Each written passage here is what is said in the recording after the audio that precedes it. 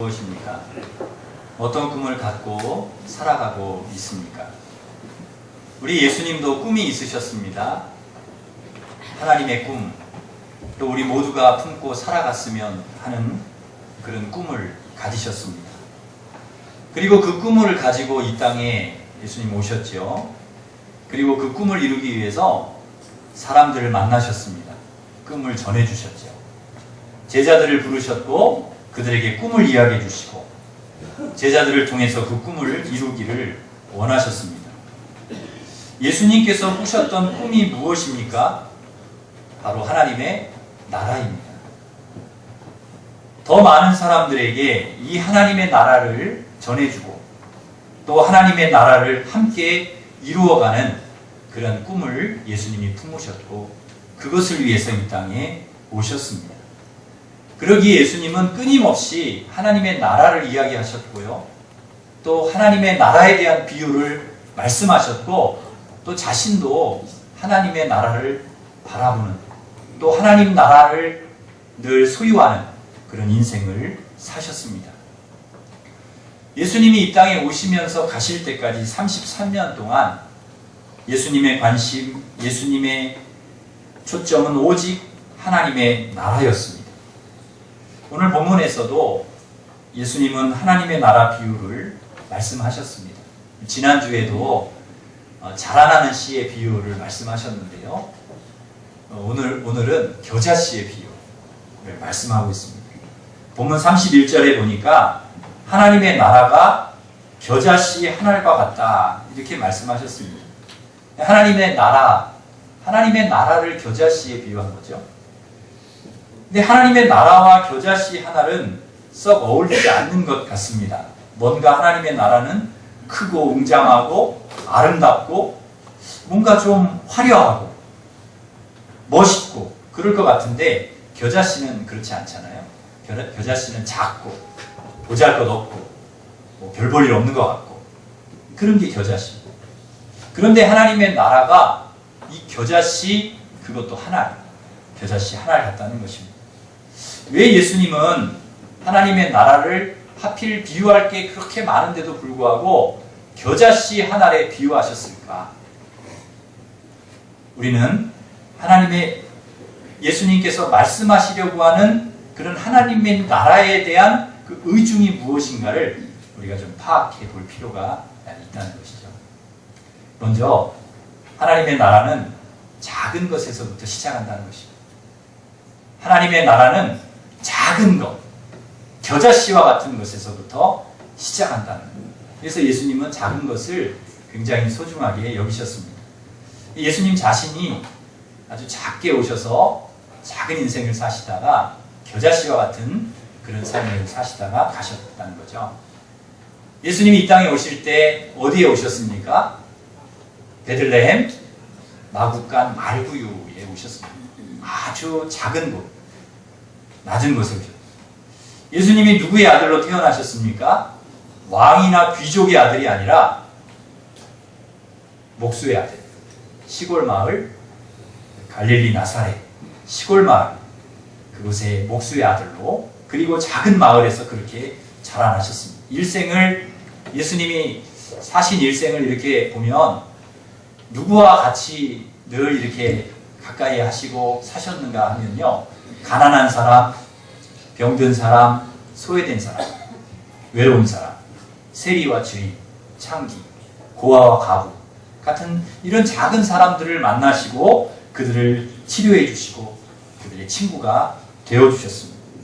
작은 자들의 친구. 어린아이 같은 작은 사람 오면 박대하지 않으셨어요. 어린아이들 막 이렇게 안아주고요. 야, 작은 사람이 와도 안아주고요. 작은 자를 실족해 하면 연자맷돌을 메고 바다에 빠져 죽으라 이렇게 말씀하셨습니다. 그렇다고 진짜로 맷돌 메고 바다로 가시면 안 되고요. 회개하시기를 바랍니다.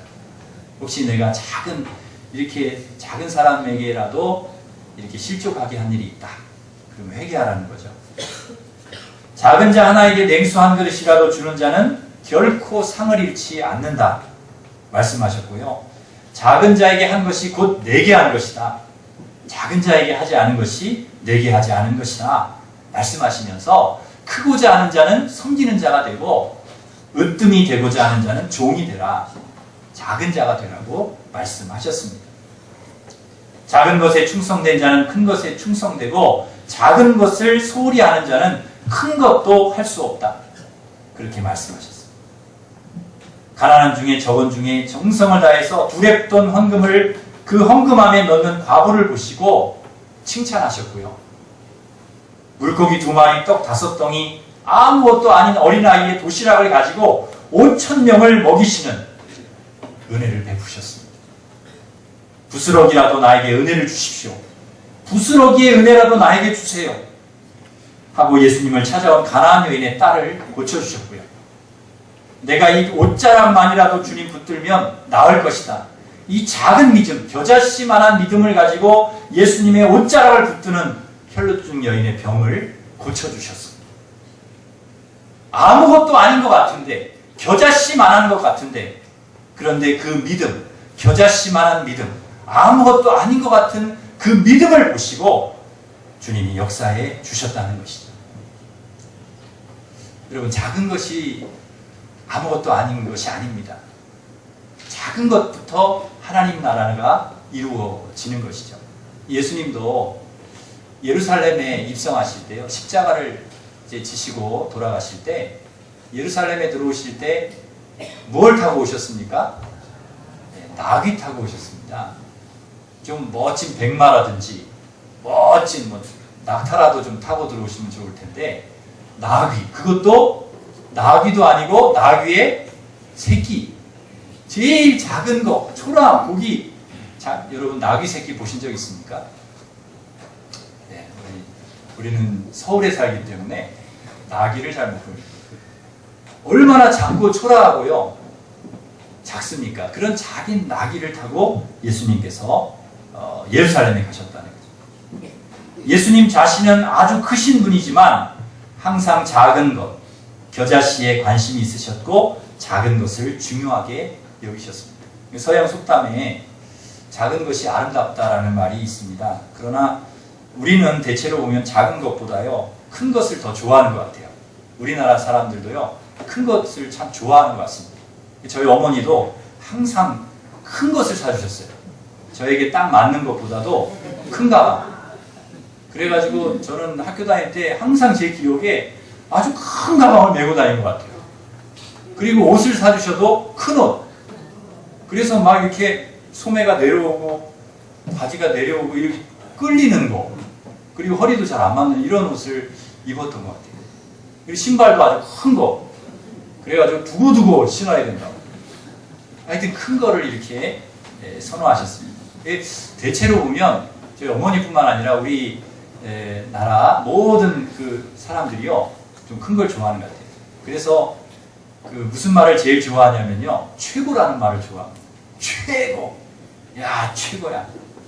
우리나라는 세계 최고야.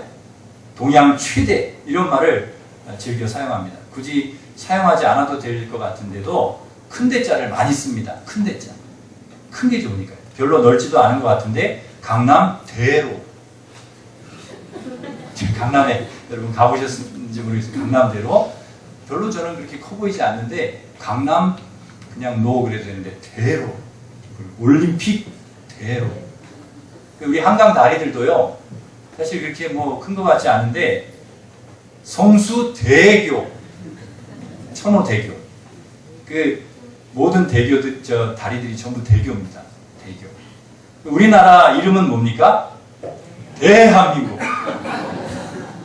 크다는 거죠. 커. 근데 여러분 한번 지도 보세요. 우리나라가 큰 나라가 뭐 그지? 우리나라만 대한민국 그러죠. 다른 나라에서는 코리아 그러면 코리아.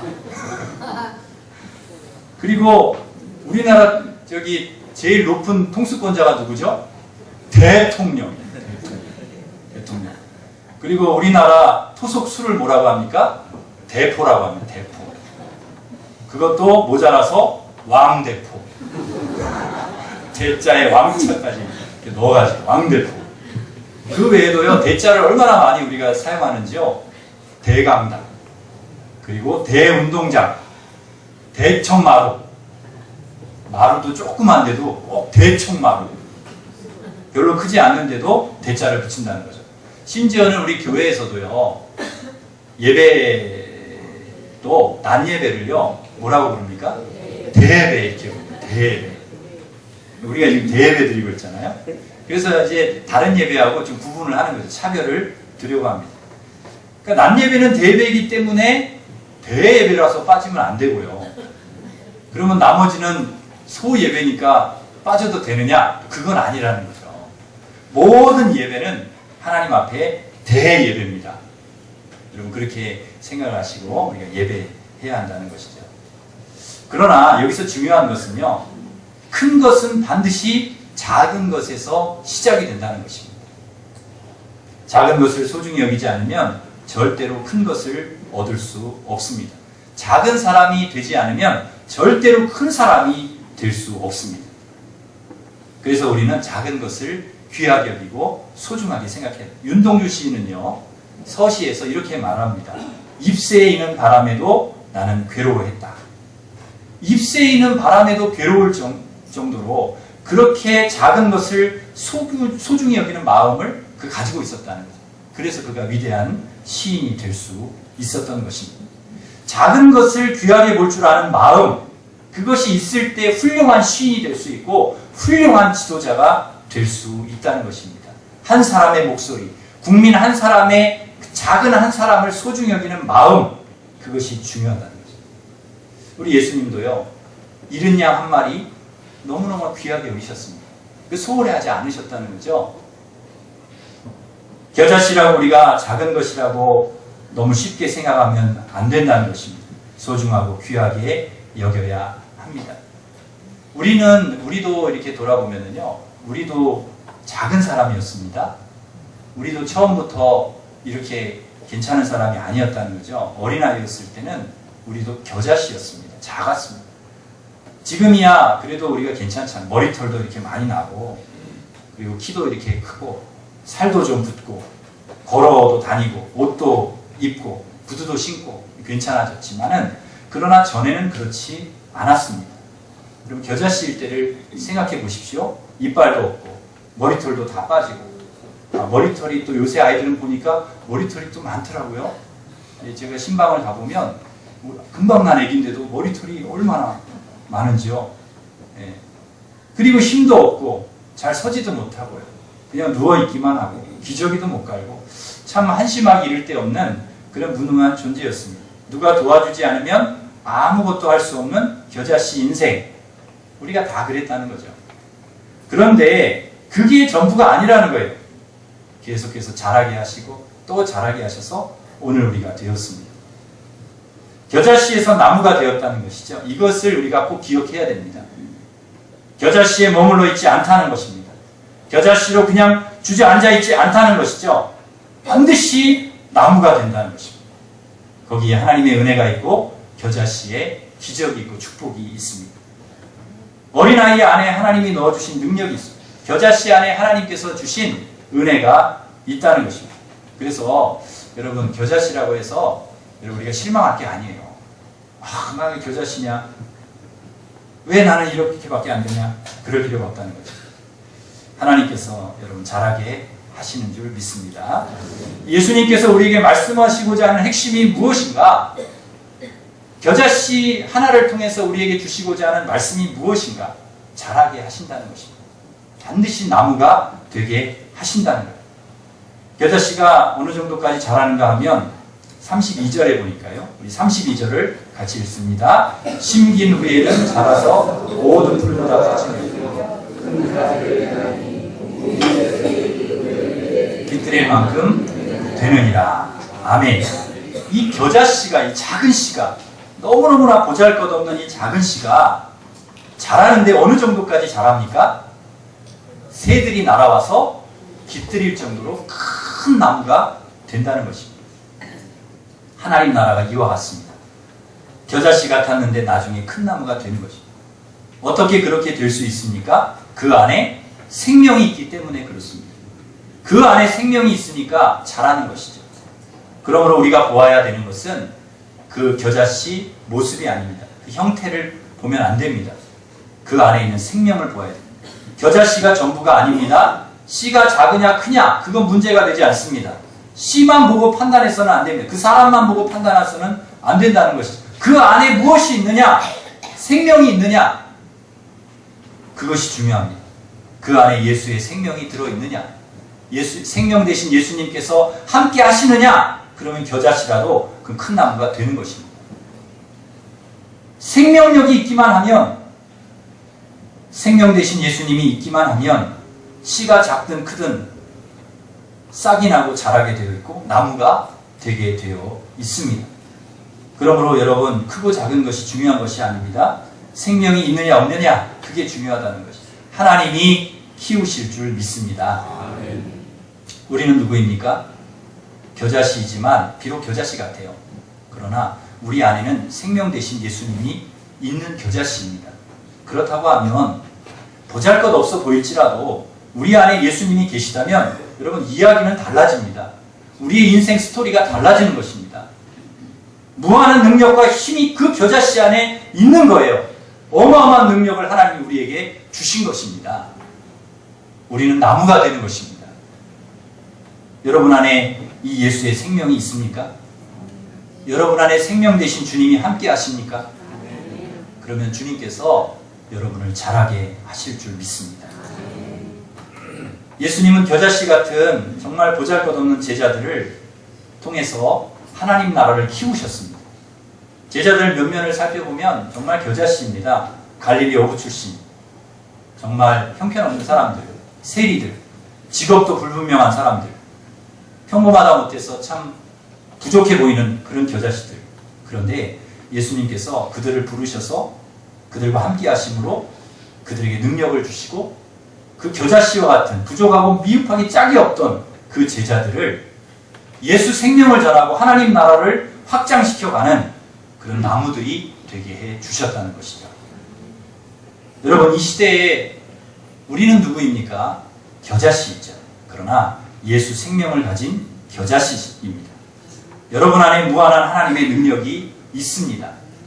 이 시대의 겨자씨인 여러분을 통해서 하나님께서 하나님의 나라에 대한 꿈을 함께 꾸시고 하나님 나라를 이루어 가실 줄 믿습니다. 때로는 우리가 실망스러울 때가 있죠. 나 이 정도밖에 안 되나. 그러나 그렇지 않습니다. 하나님, 지금은 좀 그렇다 할지라도 하나님 우리를요, 너무 귀한 겨자씨, 생명력 있는 겨자씨로 우리 인도해 주신다는 거예요. 그 오프라 윈프리라고 하는 그 토크쇼의 여왕이 있습니다. 그 여인은 어렸을 때 사생아로 태어났습니다. 그리고 14살 때 성폭행을 당해서 사생아를 출산을 했습니다. 그리고 그의 인생이 계속 어려움이 닥쳐왔습니다. 핍박을 당하고 고난이 당하고 내 인생이 왜 이렇게 돼야 되느냐. 불행하고 어려운 삶을 살았습니다. 그러다가 그가 아버지의 인도로 교회를 가게 되었습니다. 그리고 거기에서 예수님을 영접하게 되었습니다. 예수님을 만나는 순간 겨자씨와 같았던 그의 인생이 달라지기 시작했습니다. 나무가 되어가기 시작했습니다. 타임지에 보면 오프라 윈프리를 2005년도 미국을 움직이는 가장 영향력 있는 인물 100명 중에 1위로 선정을 했습니다. 치명적인 과거를 지녔음에도 불구하고 그녀는 골든글로브 여우조연상, 아카데미 시상식 여우조연상, 에미상 최고 토크쇼상, 미인권 자유상을 수상했습니다. 그녀의 자서전에 보면 이것이 사명이다 해서 그녀는 자신의 인생 철학을 4가지로 말합니다. 첫째, 남보다 더 가졌다는 것은 축복이 아니라 사명이다. 둘째, 남보다 아파하는 것이 있다면 그것은 고통이 아니라 사명이다. 셋째, 남보다 설레는 꿈이 있다면 그것은 망상이 아니라 사명이다. 넷째, 남보다 부담되는 어떤 것이 있다면 그것은 짐이 아니라 사명이다. 예수님을 만나고 나서 겨자씨와 같았던 그의 인생이 완전히 달라져서 모든 사람에게 희망을 주고 위로를 주는, 마치 공중의 새들이 날아와서 깃들이는 나무와 같은 그런 인생을 하나님께서 만들어 주셨다는 것입니다. 사랑하는 성도 여러분, 하나님께서 저와 여러분을 사랑하시는 줄 믿습니다. 우리가 비록 겨자씨와 같다 할지라도 우리의 삶에 환난과 고난, 어려움이 닥쳐온다 할지라도 그런 것들을 모두 극복하고 공중의 새들이 깃들일 나무로 우리를 자라게 하실 줄 믿습니다. 우리를 통해서 하나님 나라를 이루어 가시고 많은 사람들을 위로하고 주님께로 인도하는 일에 쓰임받는 저와 여러분이 되시기를 간절히 바랍니다.